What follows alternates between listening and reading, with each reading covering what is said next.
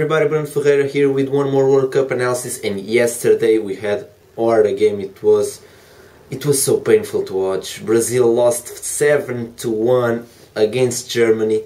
Germany just completely bulldozed over this Brazil team. It was really painful to watch. Oh my god, they played so bad. Brazil just was a mess defensively. What happened? What happened to them? It was such a bad game, and that defensive organization and aggression that they had against Colombia, it was their strongest strategy in that game to get to the semi-finals, and they were just a mess defensively. The defensive line and the midfield line were really far away from each other, not helping out defensively. Germany completely dominated. David Luiz was always late in the place. Marcelo was always late in the place. Really out of position. Marcelo a lot of times putting players in play that should have been offside, and Marcelo with his bad position and really screwing that up. Especially in the second goal, the goal by Klose. What the hell are you doing there, Marcelo? You have to be in the same line of the rest of the defenders so Müller would go offside and that play couldn't happen. But the German team was just going so easily into the opponent's midfield. The defensive midfielders,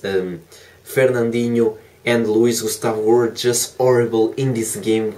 This was just a poor game overall by all the players. In the first goal by Müller, it's a corner that Müller is completely alone. David Luiz completely loses him and he's just free to shoot at the goal. It was just mistake after mistake. The game started with Brazil really trying to go up the field with long high passes, but after a couple of those, Germany completely figured out what the strategy was and just completely shut them down, and they were just going up the field really easy, passing the ball with no problems. The German team going into the opponent's midfield was just like a knife going through a block of warm butter. It was just, they had no difficulties, they had no pressure from the opponents. It was really easy for them, they just passed the ball really well. The defenders were always late on the plays. For example, in the last goal, David Luiz puts the ball outside and he just takes an eternity to go back into his position, and that causes for Churley appearing in the box completely alone and scoring for Germany. But at that point it didn't even matter anymore. In the beginning of the second half we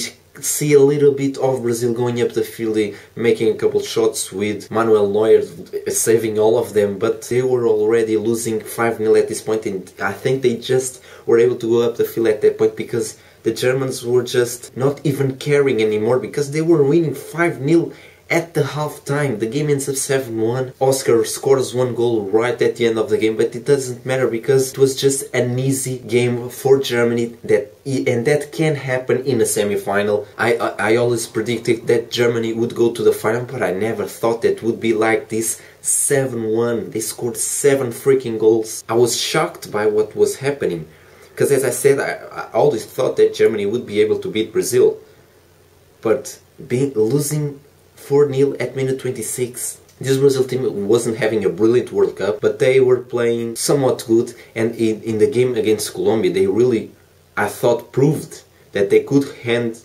themselves defensively, and they, in this game, they were just not there defensively. I usually go over several plays, but this game was just, the only thing I have to say is just Germany dominated and Brazil sucked. Man of the match. Let's see the man of the match.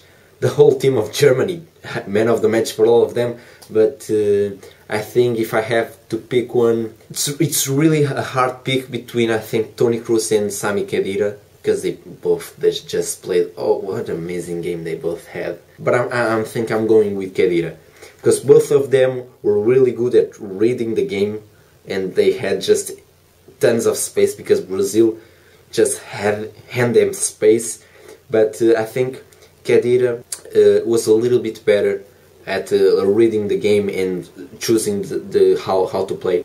It's unfair to say a little bit better. They were both really good, but Khedira, it just caught my eye, him more. Mainly because I think because we have seen Toni Kroos playing amazingly throughout the whole competition, and Khedira, it wasn't as good as Kroos, and so this game he played so great that maybe because of that it caught my eye and my attention more. So I give him man of the match, Sami Khedira. So everybody, this was a weird freaking ass analysis because it was a weird game.